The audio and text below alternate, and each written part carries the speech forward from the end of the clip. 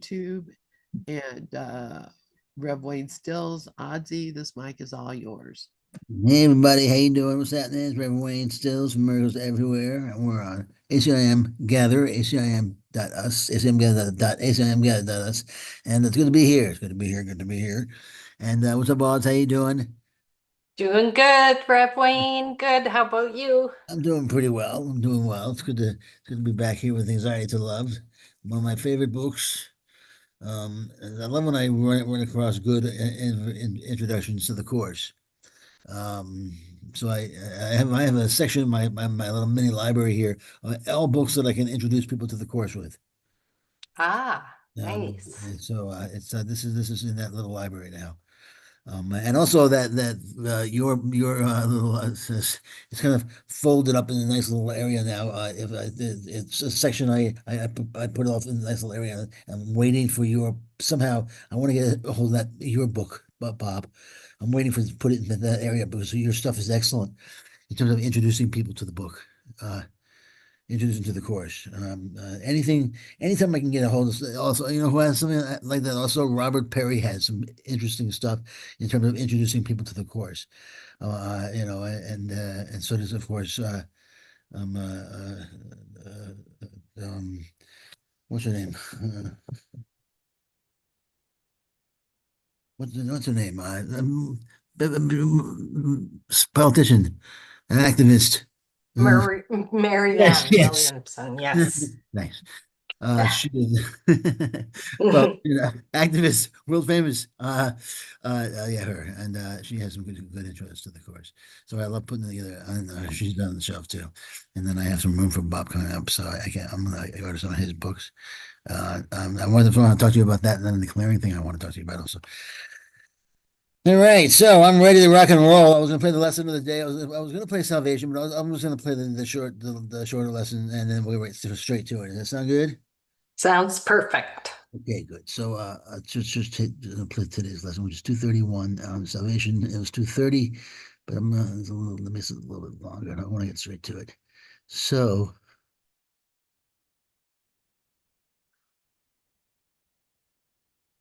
start off with a little music. Let me share the sound.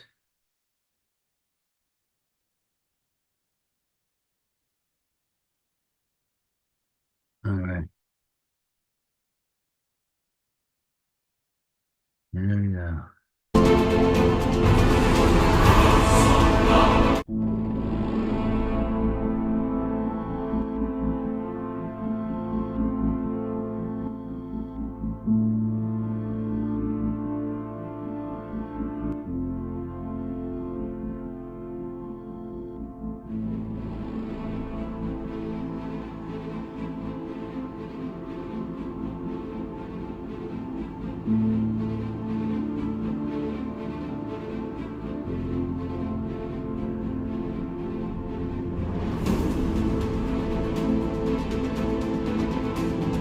Lesson 231.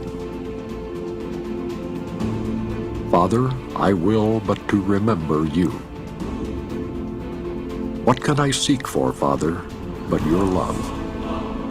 Perhaps I think I seek for something else, a something I have called by many names. Yet is your love the only thing I seek or ever sought, for there is nothing else that I could ever really want to find. Let me remember you. What else could I desire but the truth about myself?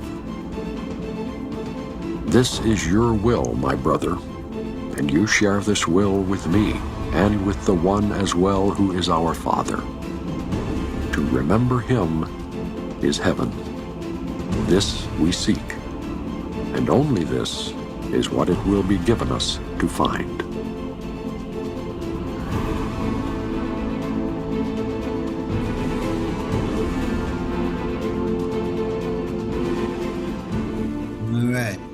Short. So, and I mean, we just take that as meditation. Let's sink in and do its thing without me getting all wordy about it. We get straight to Anxiety to Love. So you ready? I'm ready to rock and roll whenever you are. Odds. putting it all together. So that's a pretty good chapter to start with.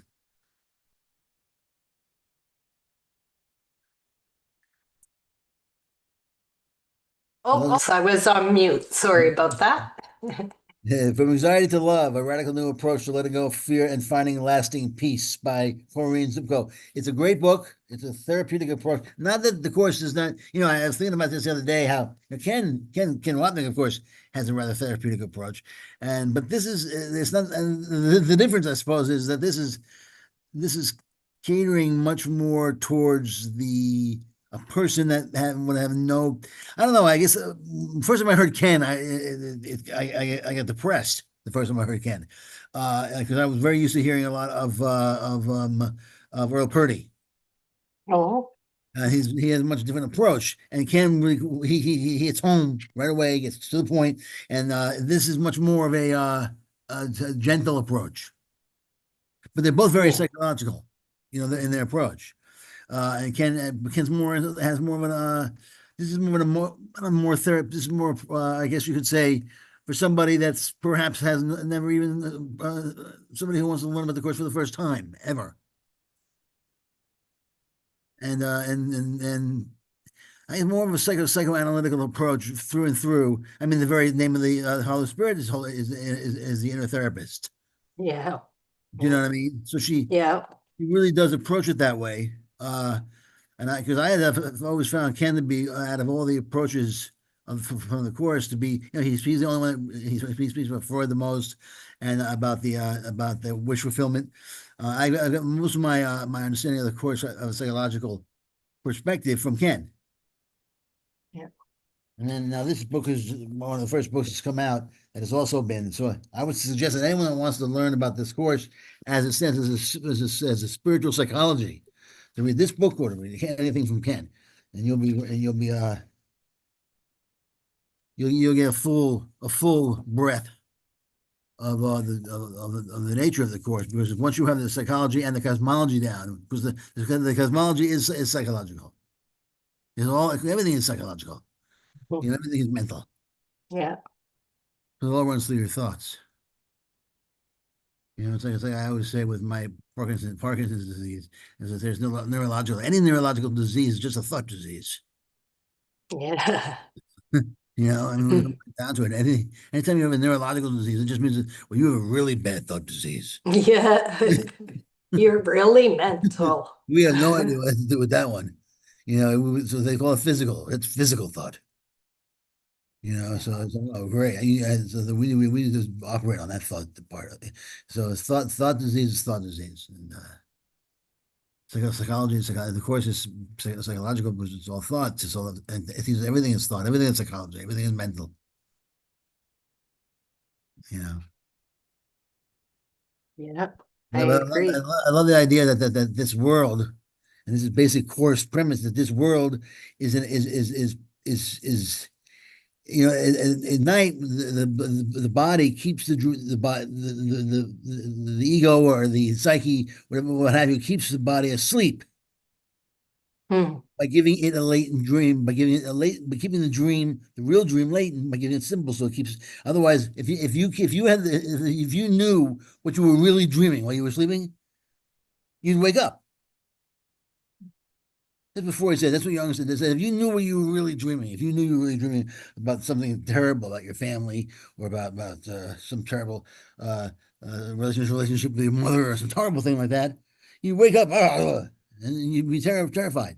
So instead, you symbolize it and make that dream secret. Give yourself a secret dream, and you stay sleeping that way, and you can get your sleep. Does that make sense?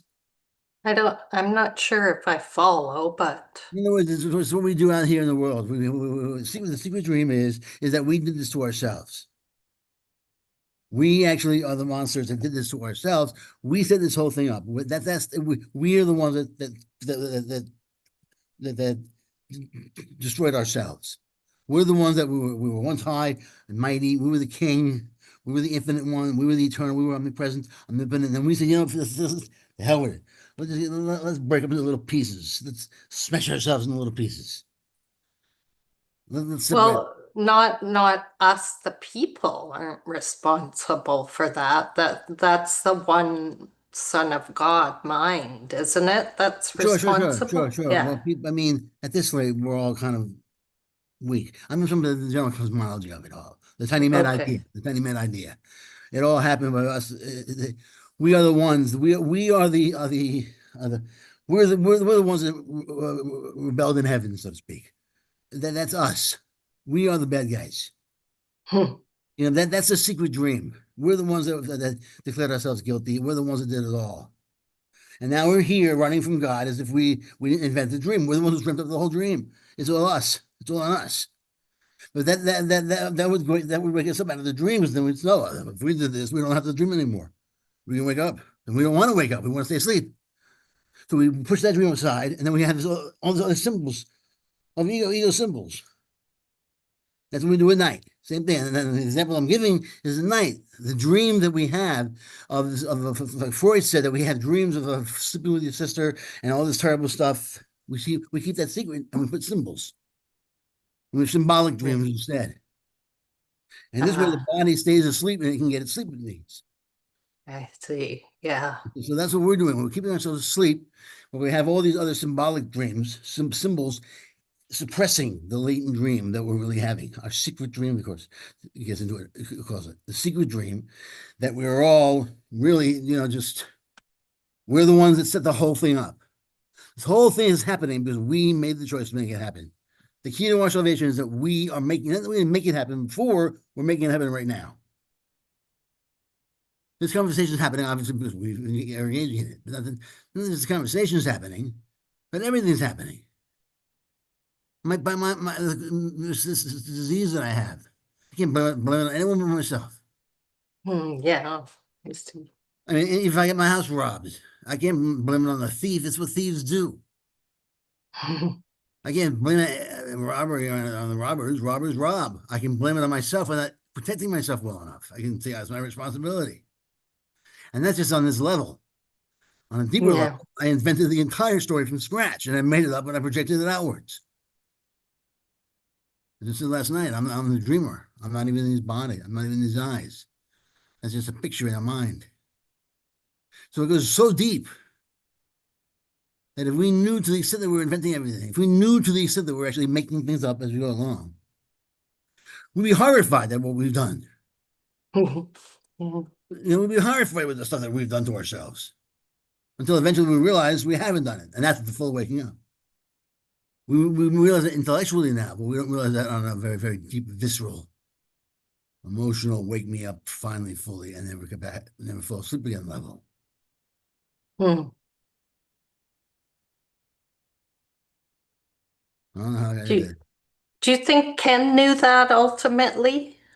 Well, Ken is where he's the one that introduced me to the idea of the sleep model. I mean, he was basically saying that Freud does in wish fulfillment, and we fall asleep, and dreams are all about wish fulfillment. You get in the dream, and the course talks about how dreams are like temper tantrums. You get what you want in a dream when you don't get what you want out here.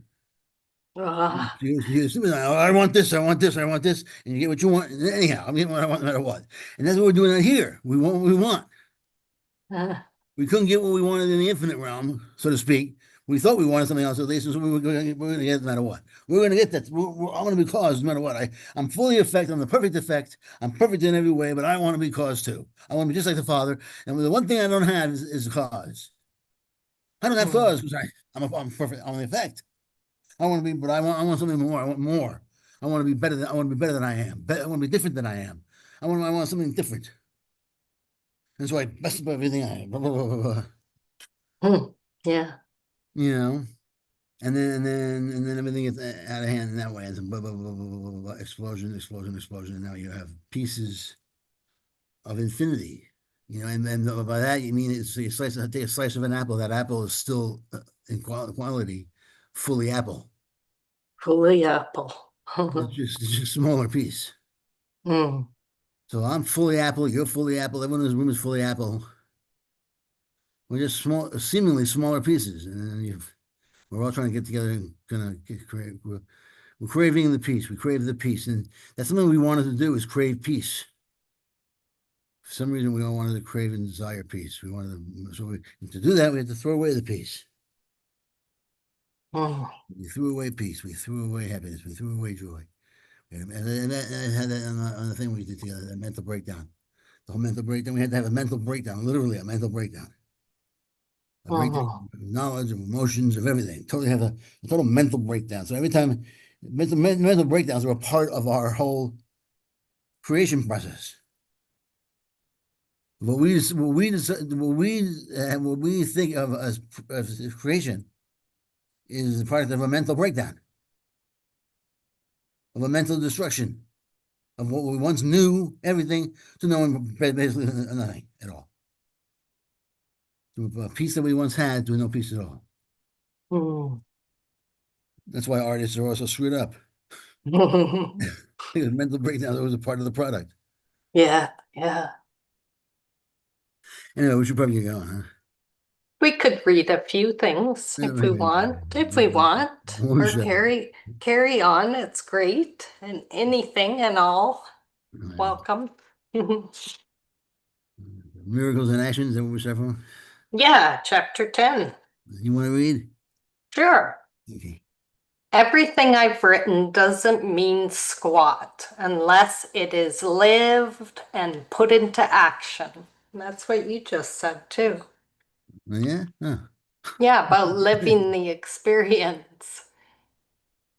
That you said we know it intellectually, but Oh, yeah. not viscerally. So, yeah, Yeah. Yeah.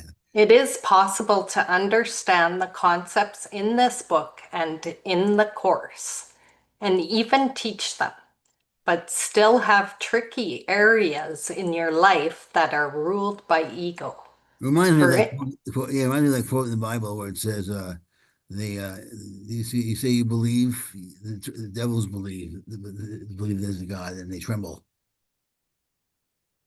I always like that quote. It's like, you say you believe there's a God, big deal. The demons believe there's a God and they tremble. In other words, believing that there's something out there is not the same thing as believing in that thing. In that thing, is following that thing, is trying to understand that thing. You know what I mean? yeah, yeah, Because you believe that there's a divine within you, and if you believe that there's something else besides the ego, and or just what you're teaching in the course, or just what you're teaching, it doesn't mean that in any way you're practicing the course. yeah, So the demons understand that there's a God. This isn't theological talk, but demons understand there's a God, and they tremble. yeah. They know there's a God, but they're against him in the theological talk and mythological talk. And I always thought that was a cool. So the devil can quote the Bible, that kind of thing. Yeah, interesting. That's an interesting way to think of it. Mm. What makes when you say that, it reminds me of a lie is still a lie, even if everyone believes it. Oh yeah, Truth is still true, even if nobody believes it. it's true. It's very So true. it's kind of reminded me of that when you were saying devil and the trembling. I'm like, hey, that's like the lie. Yeah, it's true. Yeah, Yeah, it's in true. a different way, but Yeah, kind of, I don't know. absolutely. A lot of times you hear truth is relative, and to a certain extent, it seems to be because if somebody wipes out a whole ideology or for instance, if certain people had won certain wars, you would imagine that their perspective would reign supreme. Hmm. And you'd wonder, well, then how long are they going to be considered right for? And then how long are they going to be considered right for and what is truth? I mean, eventually, how long will the society be run by the ego until eventually that dissipates and truth come reign supreme? Mm-hmm. And what does it mean for truth? What is truth? Is truth loud or soft so no one really sees it? Yeah. And will always be the politics and governments and never really run by truth. This level is level 2, and level 2 might always be run by lies. Yeah. And it could be this dimension is the darkest dimension. So this dimension can just be the dimension of lies. Yeah. I mean, seriously, because think about it, every Yeah. dimension above us might be better, and every dimension below us might be better. The Right. I don't know. dogs dimension might be, and all the animals and all the natural habitat, all that so-called lower life forms, which are lower dimensions, so to speak, less than 3D, perhaps second 2D and 1D, and all that could be more higher, in a sense, higher life forms. Yeah, true, because we're so we have this underlying program of destruct. Exactly. Who knows? So we could be the one dimension that's just having most of the chronic issues. We're the needs most psychological help. Yeah. So it's like, Wow. it reminds me of that joke where they say the guy goes to heaven and he goes, "All right, this is the first floor." And St. Peter goes, this is the first floor. This is where all the Protestants are. And the second floor, this is where all the Catholics are. And shh, don't say anything. Right. This is the fourth floor. This is where all the Jewish people are. This is where all the Muslims are. All right, come back down. Shh, third floor.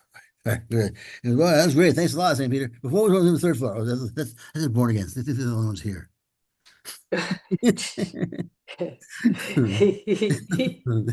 No, I didn't tell me. Oh dear. We're gonna get shut down now. No, no, I no. know. We're not allowed to That's one say of those the words, born again. yeah, that's one of the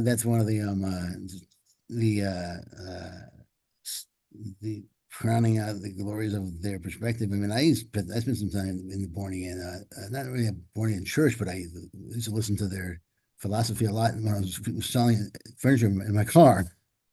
Oh I listen to a lot of talk radio, so there you go. And I wow. don't know, it was like in Canada, but American talk radio has a lot of conservatives on it. And this is Oh, about 20 years ago. And I listened to a lot of Christian radio. And right. one of the main things is that their whole thing is bent on the idea of sort of a club, sort of a club feeling. You're in the club. Okay. You're in the club. Yeah, join the club. The You're a club, Christian club, yeah. and if you're not in the club, you might as well just be in the pit. Join the club or else. That's sort of the idea. Rome with the sword. Yeah, that's true. It's very fear-based, Yeah, isn't it? which is their thing, man. I mean, some people in there who are not necessarily an aggressive types at all. They're just nice people who need that for whatever reason at this point in their journey.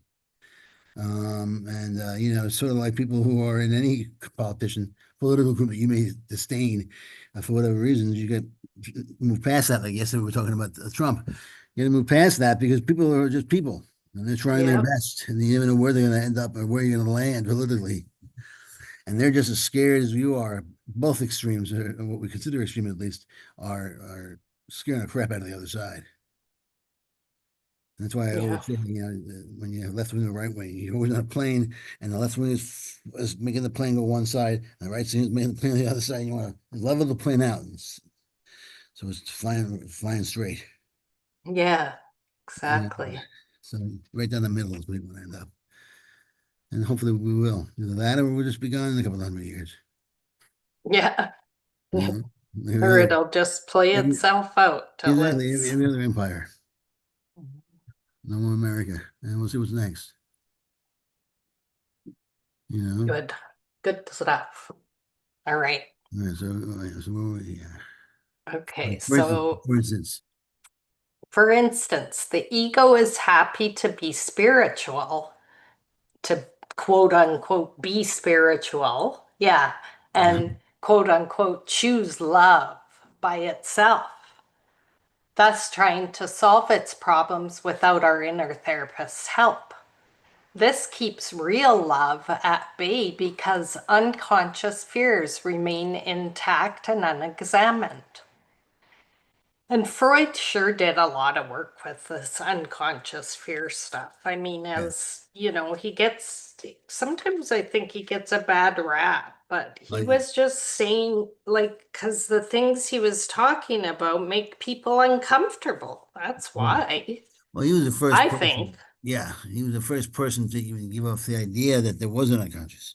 And keep in mind, most people at that time, especially in the Victorian age, considered their mind just to be their mind. They thought, and what they thought was what they thought. They didn't have anything controlling what they thought that they weren't aware of.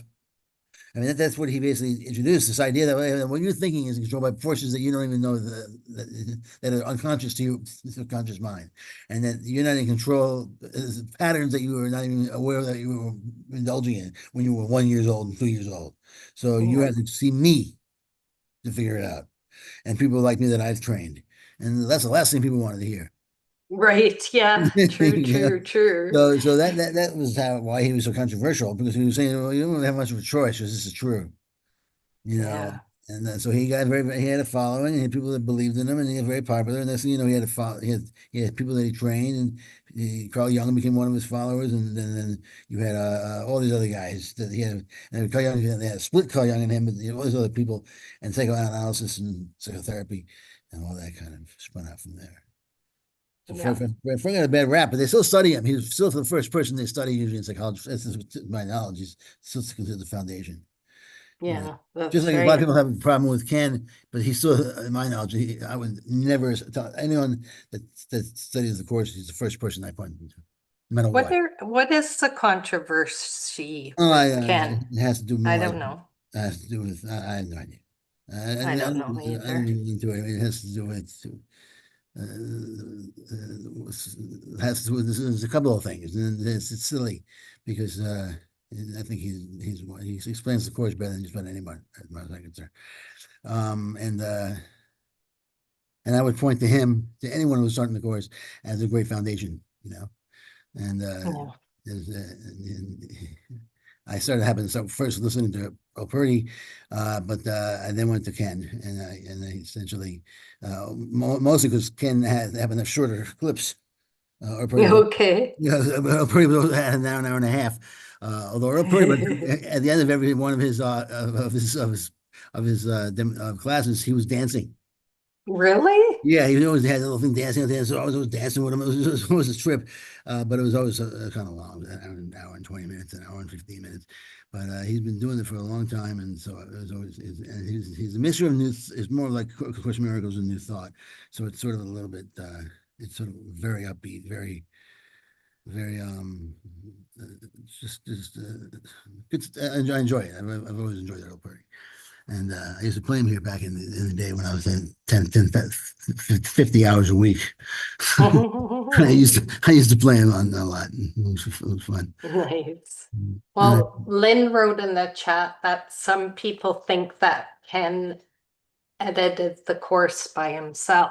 well, that part I know absolutely. Yeah, he edited the course by himself, and that he stole he got rid of the air text, all the original stuff he got rid of, and hid the stuff, and and he said that it was private stuff. Basically, was not meant to be in the course, and it's kind of like sharing Helen's private notes and stuff. She wouldn't want people to hear it, and there was a lot of fighting, a lot of lawsuits and so forth. But also, there's also some quips about how his approach to the course in other parts of the community, and that's just I suppose you could say that's just more artistic differences, you can call them, but still that's another part. I happen to think that I think the Blue Book is just fine for me. I don't mind the artist either. I mean, I go wherever I see stuff within. I mean, I go to other sources now too, which I didn't do back then when I first got the course. I was only the course, and that was it. I took deep into that. I would not veer off to the right or to the left. No, I had the impersonal life, and that's what, that's as far as I've veered right now. So, and that's as far as veering is concerned. But Yeah. Well, that's interesting. Thanks for the yeah, insight that I'm sure jerk. there's more to it, but that's as far as I know. That those two things represent to the extent. And then one of the persons he was fighting was the master teacher. I think that was part of their little thing. They had some problems because he wanted to, and essentially the text was eventually published, obviously, as you probably know. So I think, and so everyone got what they wanted, I guess. In the end, he didn't want it published, Ken, but Ken, obviously dealt with it. Yeah. I'm just going to butt in here really Yeah, quickly sure. because, yeah, it's not the Urtext that was published because the Urtext is all the original notes and everything. All that stuff was put into the Library of Congress Oh, and okay. for safekeeping. But somebody went to the Library of Congress and took those. They Oh, I were see. actually stolen from the Library of Congress. Wow. Yeah. Mm, So so and that's was a that whole, yeah. was that put back? I don't think they were put back. Oh, I see. And the other thing too is that the one that we call the sparkly version Right. that came about because That's it. the first time they went through and kind of edited the course and bound it and everything, they gave a copy to Hugh Lynn Casey at the ARC, and so it was in a display thing at the Edgar Casey Museum. You saw that too? And pardon me? They also saw that one? Yes, yeah, Oh, they went into there. I know the person who did it. She said she went in there, she stuffed it down inside of her boot. She had some big boots on, stuffed it down yes, inside of her boot. They took it to Kinko's and made copies, oh, and I then see. the next day they returned it. No one knew that they had done that. But that's how the sparkly edition came about. So if you're reading the sparkly, it's a Kinko copy, basically, of the one that was in the ARC before uh, all of the uh, editing that they went through. Eventually, Jesus asking them to take things out, like saying, don't use the word soul should only be used in the biblical sense, and you should use the word spirit instead. Right. Oh, So yeah. people said, oh, well, Ken took the soul out of A Course in Miracles. Well, no, Ken did not do anything. Jesus said that is not appropriate word. Use the word spirit. Right. All those little things, the capital letters and all that kind of stuff, and all that kind of stuff that they said that he did, Yeah, yeah. They as said he opposed to did all that stuff. yeah. And believe me, and John Mundy, who knew Helen well, and other people who knew Helen well said there is no way that she would have allowed Ken or anybody else to do that unless Jesus told them to do it. So all the stuff that was taken out, they asked Jesus about. He told them take it out. Everything that was left in, they asked Jesus about it. He told them leave it in. That's the blue version that you get from the Foundation for Inner Peace. All the other versions are other people's uh, basically stolen material that was used for their own so that they could think that they were good. And that's when you mentioned the Robert Perry. He was one of the big recipients of a lot of this stuff, and especially after the lawsuit, when the court said you just have to give them all the material. So the foundation sent all the material to the parties. It was not the master teacher at Wisconsin. In fact, Teddy told me that when he brought that to the master teacher was furious Oh, really? Oh, that they had done that. He was furious that they had done that. He did not authorize the publication of the Sparkly or the addition of it. And that was part of the big rift between Teddy and the master teacher. oh. So So, Teddy was involved with that. He kind of orchestrated that. and Teddy was the one who was named in the lawsuit Oh, I see. from the foundation when they did the lawsuit for it was Penguin Books, who's the publisher, who filed the lawsuit because they were misusing their copyrighted material. And so Penguin Books is who did the actual lawsuit, but Teddy was the name of the person who they were basically suing. So they did it. Teddy and I think it was just Teddy basically, but all that's water under the bridge. I have a lot of feelings and thoughts about it, obviously, because people I know and love were slandered, and I mean I'm still being slandered and being misabused their names because of the ignorance of so many course students who just think they're right. Yeah. Well, a lot of people that like that. A lot of them think that they have the right to it because it's religious material. That's essentially what they feel. Right. In the sense of they'll say anything to get it. Yes, yes. That's where I think they're coming from. So they have the Yeah, right. there's no That's why they're stealing, and all that kind of stuff. We can steal it. It's ours. We have the right to it, so I'm going to steal it. I mean, I'll say anything and do anything to get it. That's where they're coming from. yeah. And so and he's Ken's coming from that place. Yeah, but I knew her. I Yeah, was there. I was there. he was I there. was there, yeah. So I'm the eyewitness, guys. Come on. so And John Murphy was there because he was Helen's friend, and she mentored him, and he saw them doing it. He knew that was absolutely the way they did it. So all these other slanderous things that people are saying about Ken are, really unwarranted. And anyway, thank you for letting me share that. well, sure. Thank you. Thank you. Thanks for Yeah, thanks for thanks. straightening out things for clarifying. Because it was a big deal. I remember it was going on when I first came around in 2010, 2009, at that time. And then there was a big it was going on. And I just remember hearing about it when I first came around. And, I didn't get involved with it, obviously, or have an opinion about it, talk about it with anyone. I just kind of hearing about it. It was just interesting. I found it very interesting. I found it fascinating, especially the whole thing with the text and was you involved in that kind of stuff, and it's fascinating. All the you're in the rabbit hole of between Ken and the Endeavor and all those kind of places, and next thing you know, you're caught up. And but I like Teddy though. I like Teddy. Teddy was fun. He used to come around a lot to the show, and just sit there and usually very late, about 2 in the morning he'd show up. So it was fun. All right. All right, I'm ready to rock and roll whenever you want.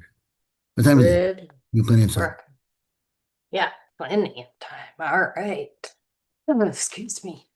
So, in this chapter and the next, I share some common anxiety-laden situations and show how I work through them using the principles I've described. Yeah. Yeah, if you've dealt with chronic or reoccurring anxiety in your life, some of this may sound familiar. Releasing hypochondria and worry about your body.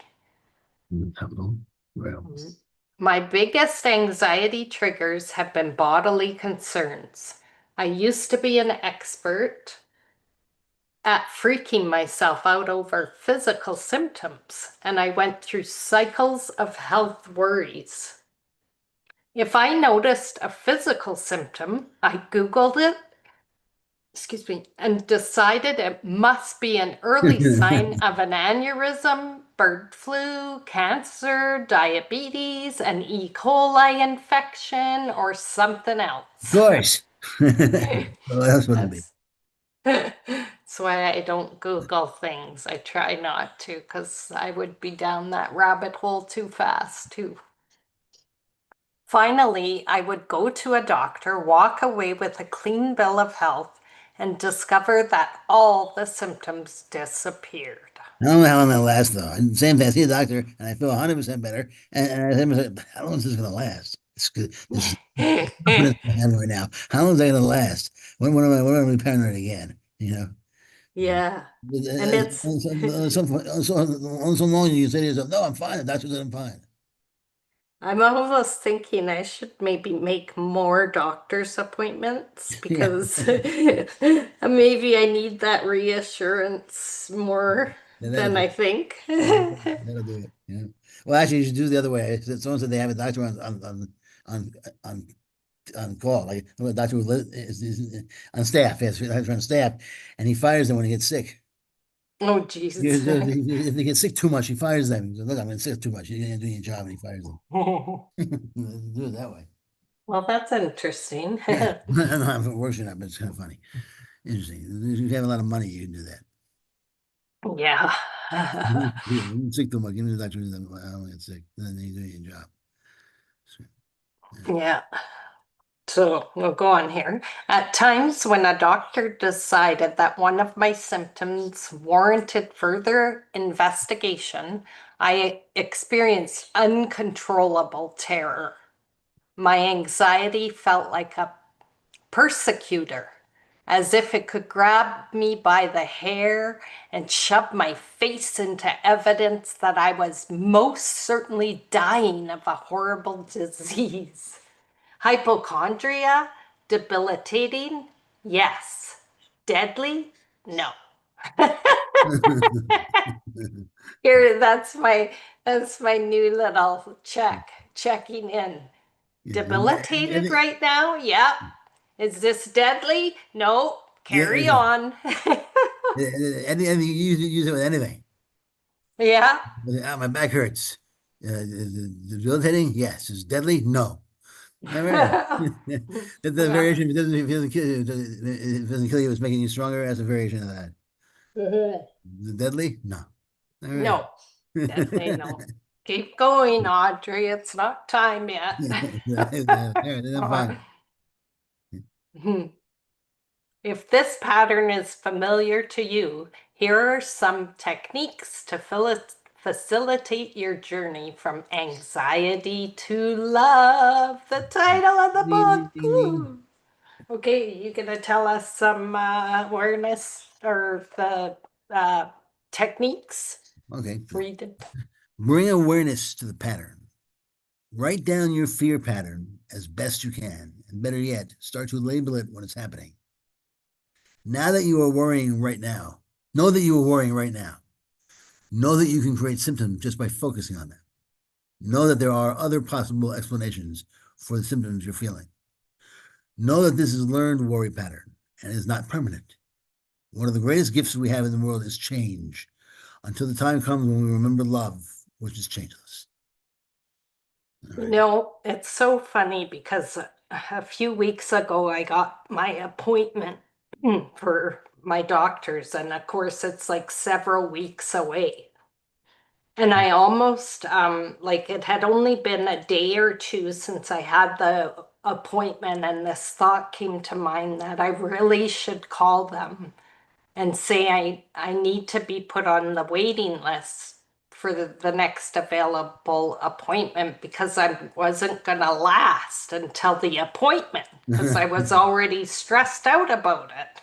And I Right. just went in and I saw it all and I was like,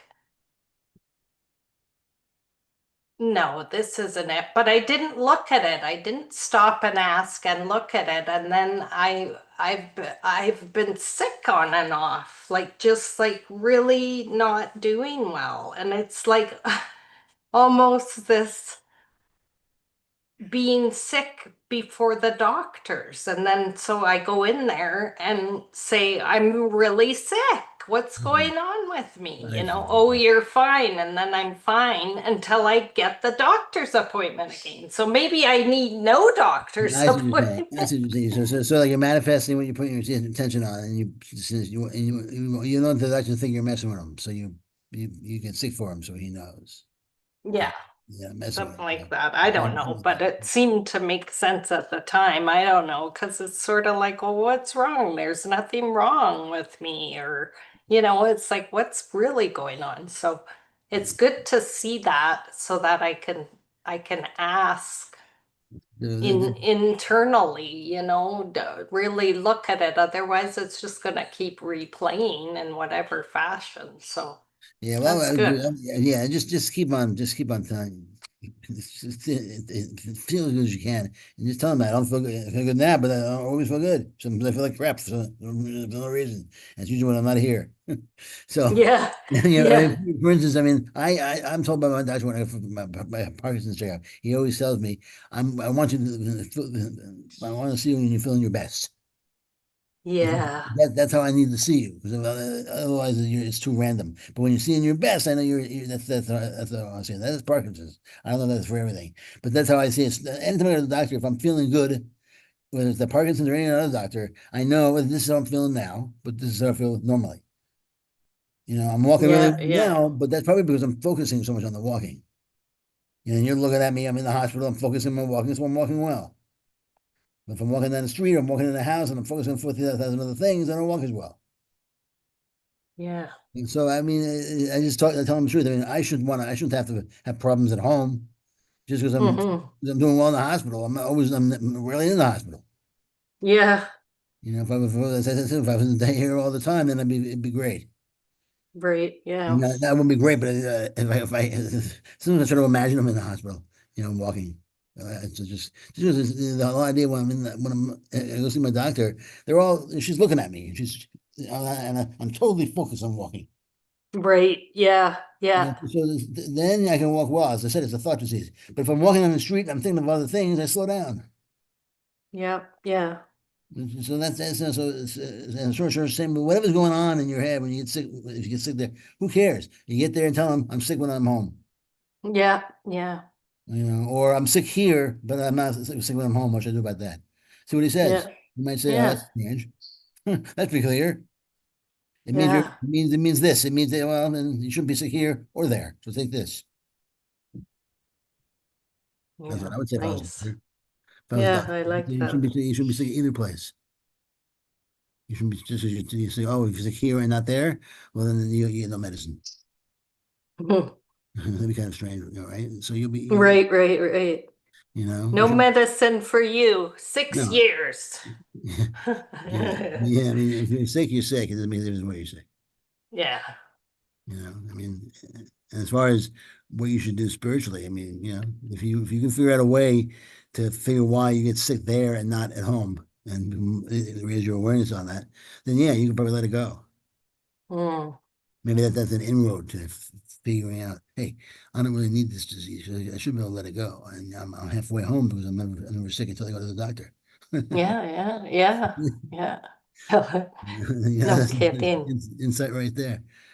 You know. That is interesting. I'm gonna have to watch that. And just, it's just fun to sort of see. I mean, the truth is, I don't ever know, even if it's like everything makes sense, every puzzle piece fits.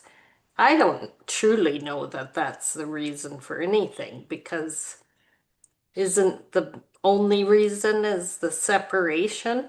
So, Like, yeah, I mean, everything is a separation. yeah, so all these other things are just a a play on that. Yeah. Well, so it's like Really. we're putting a puzzle together, but we don't know what the puzzle looks like. Yeah. And we don't know, there's no edge pieces either. Yeah, A exactly. non-edged piece puzzle. Yeah, so it's almost impossible to put it together. So we have no idea what it's supposed to look like. So everyone's and then we're all put it together at the same time. So we all have our opinions of what it looks like. Yeah, So exactly. we're all a bunch of Yeah, puzzle pieces fighting with each other. yeah, What are you gonna do? Eventually, we'll agree on a picture, and we'll put ourselves together the right way. yeah. We'll agree on the And then I was picture. talking. That's Eventually, when for that sure. happens, but there's still lines in the puzzle. That's separation, and eventually the lines will go away, and then the picture will just be there. Yeah, yeah. I like that. That's nice. No more puzzle. No more puzzles. Right now we're puzzled. Puzzled. Right now we're all puzzled. That's cute. Puzzled. Yesterday the lesson said, why are you puzzled? Well, I'm giving you peace. I gave you peace a long time ago. Why are you puzzled? What's going on? What's the deal? Why you bugging on this kind of thing? You got peace, you got peace. That's it. That's it. You got it. I wouldn't say start noticing the subtle voice of fear. Notice that voice. And then when you hear it, ask for a miracle from your inner therapist. When I was suffering from hypochondria, I could often Whoop. Often do. achieve a state of relative calm by working through the principles of this book. But then I might feel a mild sensation in my abdomen and hear a fearful whisper in my mind, such as, it's your liver. When I noticed the fear, I could either focus on it and feel the fear or decide that I was ready to listen to my inner therapist more than to the fear. If I felt I had no choice but to focus on the fear, I tried to acknowledge that there's a part of my mind that badly wants to think those obsessive thoughts because they prove to me that I am the body. See the section on aloneness in chapter 7, step 6. If the fear feels irresistible, try the next step here. All right, so, anything on that one? No, no. Begin releasing everything. Releasing everything. anything that comes up, anything you feel resistance on any level. Resistance just as anything as you can always locate the resistance. If, for instance, if I want to just have a great day, and that you feel like, oh, I don't know if I can, and that you feel that in you feel it in your chest, you feel it in your emotions. There's a little something blocking that idea, and blocking that feeling that you can have a great day. Right. That's what I would release, that feeling. I don't have to even know why I feel that. Yeah. I don't have to. I don't have to have an intellectual understanding of what that feeling represents. It's just a feeling that is working against that goal or that desire or that particular point of view about my day. I'm gonna release it. I'm gonna let it go. Yeah, letting it It's go. useless. It's just energy, and it's useless, and it'll just transform whatever it does. So revisit chapter 6, and one reason that health fears can have us in a headlock is that we're afraid of sickness, suffering, death, or separation from family.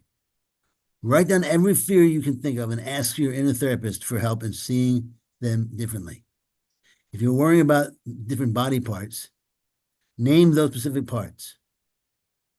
I didn't skip anything, did I? No. No, I don't think so. Place your heart, your brain, your lungs, your entire body, and everything you hold dear in your inner therapist's loving arms. There is where your safety truly lies, not in the world's hands. And when you sense hesitation or fear to release something, simply look at that hesitation with your inner therapist as well. So everything comes from within. Anytime you think that something outside is causing you fear, just remember you're in a dream. That's the sole purpose of being here. Really, is accomplished through the awareness of you're dreaming. You can accomplish anything through that awareness. But if you think that something outside is causing you a problem, if you're aware that you're dreaming, nothing outside of you is causing the problem. Because dream is a dream. Dream is a dream is a dream. Yes, if I'm dreaming this right now, then you are in my dream. I like it or not, you do what you want with that. But you're in my dream, and that means I'm dreaming you up. I'm dreaming the situation up. And by I don't mean this body. This body is a picture in the mind that's dreaming, in my mind, which is the mind that's dreaming me up. And my eyes, the so-called eyes that represent the mind, the picture of these eyes, are translating the desire of that mind. Just like in a dream. Yeah. When you're dreaming, you're the eyes that you pretend are the eyes are translating the desire of your mind. It's your mind that's really doing the seeing. So same thing with the dreams. So and then now apply that to this world. It's exactly what's happening here. Exactly what's happening here. So if I'm talking to you right now, I can't blame you for anything. It's blaming me. Yeah. Yeah, it's like, condemning others as a condemnation of myself. And if you do blame others for whatever reason, then don't blame yourself for blaming others. Just realize but in the end, you realize nothing's happening here anyhow from anybody. No one's causing anything to happen because there's no effects here. Jesus says there's no effects here at all. Nothing's happening here. So no one's causing anything. There's no effects. There's no cause. There's no cause. There's no effect. There's no up. There's no down. Nothing. So in the end, you're causeless, and you're causing nothing to happen. So you can totally forgive yourself, forgive the world, forgive everything. Yeah. And then just get out there and do what you want, and you'll be surprised how harmless you are. Yes. You're just harmless. I mean, we're all just harmless, but we think we're harmful, so we plant that picture in our head and plant those images. Yeah. It's like a TV show. There's two TV shows: the truth and reality. I mean, the truth and the lies of darkness, and the lies of the truth and fantasy. And most of the time, we're in a fantasy world. Yes, I am. I'm not speaking for anybody else. I'm not Exactly. That's funny. I got a song. Oh, yeah, oh, good. Go for it. Okay, I'm going to share my sound this time and play it. Here we go. Here we go. Is it a song that can go on YouTube? Oh, yeah. Oh, Probably not. Maybe All right. close out. Well, let It me say is. bye. Bye, everybody. Miracles everywhere saying goodbye. Thanks you very much for coming in today. Those in the room, those in the Power Talk room, those in the radio. And I will be back on Thursday with the Twilight Zone again. I know it's 2 weeks in a row, but this is not a creepy one for anyone that doesn't like the creepy ones. It's a good one, and I think you'll find it somewhat heartwarming, believe it or not. Okay, so until then, blessings and peace.